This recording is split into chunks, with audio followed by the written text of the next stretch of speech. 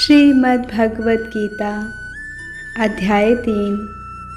भगवान कहते हैं, यस्त्वात्मरतिरेव स्यादात्म तृप्तस्य मानवः आत्मन्येव चासंतुष्ट इस्तस्य कार्यं न विद्यते। किंतु जो व्यक्ति आत्मा में ही आनंद लेता है तथा जिसका जीवन आत्म साक्षात्कार युक्त है और जो अपने में ही पूर्णतया संतुष्ट रहता है, उसके लिए कुछ करणीय नहीं होता। तात्पर्य है कि जो व्यक्ति पूर्णतया कृष्ण भावना भावित है और अपने कृष्ण भावना अमृत के कार्यों से पूर्णतया संतुष्ट रहता है, उसे कुछ भी नियत कर्म नहीं करना होता। कृष्ण भावना भावित होने के कारण उसके हृदय का सारा मैल तुरंत धुल जाता है, जो हजारों हजारों यज्ञों को संपन्न करने पर ही संभव हो पाता है। इस प्रकार चेतना के शुद्ध होने से मनुष्य परमेश्वर के साथ अपने संबंध के प्रति पूर्णतया आश्वस्त हो जाता है।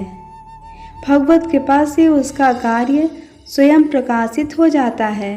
अतएव वैदिक आदेशों के प्रति उसका कर्तव्य निःशेष हो जाता है।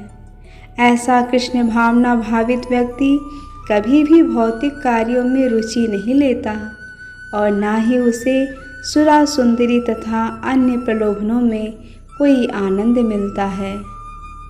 भगवान कहते हैं, नैव तस्य कृतेनार्थो न कृतेनेह कश्चनः न चास्य सर्वभूतेषु कश्चिदर्थ व्याप्राश्रया।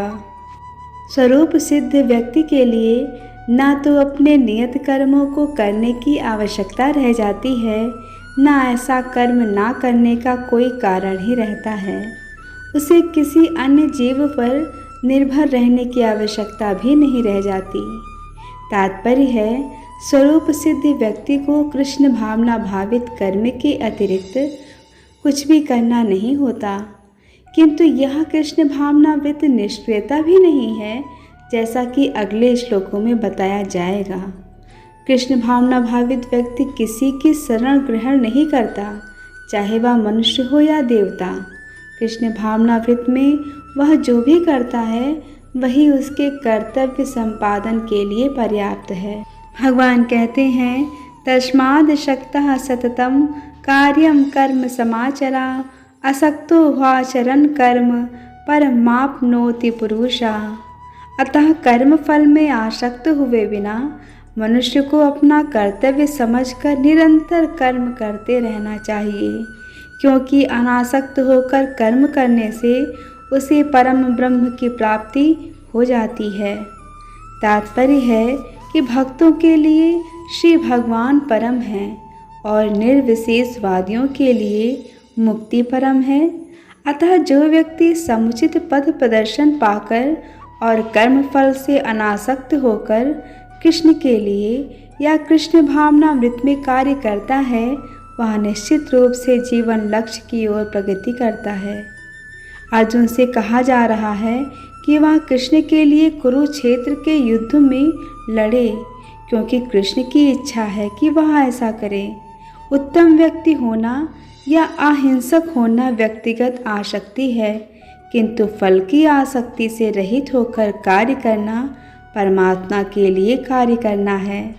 यह उच्चतम कोटि का पूर्ण कर्म है, जिसकी संस्तुति भगवान कृष्ण ने की है। नियत यज्ञ जैसे वैदिक अनुष्ठान उन पाप कर्मों की शुद्धि के लिए किए जाते हैं जो इंद्रिय तृप्ति के उद्देश्य से किए गए हों, किंतु कृष्ण भावनामृत में जो कर्म किया जाता है वह अच्छे या बुरे कर्म के फलों से परे है। कृष्ण भावना भावित व्यक्ति में फल के प्रति लेस मात्र आसक्ति नहीं रहती। वह तो केवल कृष्ण के लिए कार्य करता है। वह समस्त प्रकार के कर्मों में रत रहकर भी पूर्णतया अनासक्त रहा आता है। भगवान कहते हैं, कर्मणैव हि संसिद्धिमा स्थिता जनकादयः लोक संग्रहमेवापि संपश्यन् कर्तुमर्हसि। जनक जैसे राजाओं ने केवल नियत कर्मों को करने से ही सिद्धि प्राप्त की। अतः सामान्य जनों को शिक्षित करने की दृष्टि से तुम्हें कर्म करना चाहिए। तात्पर्य है कि जनक जैसे राजा स्वरूप सिद्ध व्यक्ति थे, अतः वे वेदानुमोदित कर्म करने के लिए बाध्य नहीं थे। तो भी वे लोग सामान्य जनों के समक्ष आदर्श प्रस्तुत करने के उद्देश्य से सारे नियत कर्म करते रहे। जनक सीता जी के पिता तथा भगवान श्री राम के ससुर थे। भगवान के महान भक्त होने के कारण उनकी स्थिति दिव्य थी, किंतु चूंकि वे मिथिला के राजा थे, अतः उन्हें अपनी प्रजा को यह शिक्षा देनी थी कि कर्तव्य पालन किस प्रकार किया जाता है।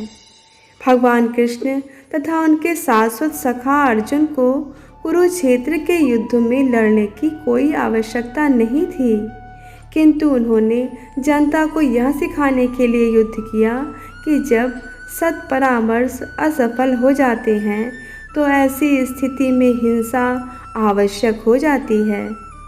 कुरुक्षेत्र युद्ध के पूर्व युद्ध निवारण के लिए भगवान तक ने सारे प्रयास किए, किंतु दूसरा पक्ष लड़ने पर तुला था।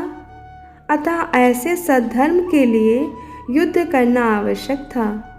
यद्यपि कृष्ण भावना भावित व्यक्ति को संसार में कोई रुचि नहीं हो सकती, तो भी वह जनता को यह सिखाने के लिए किस तरह रहना और कार्य करना चाहिए कर्म करता रहता है।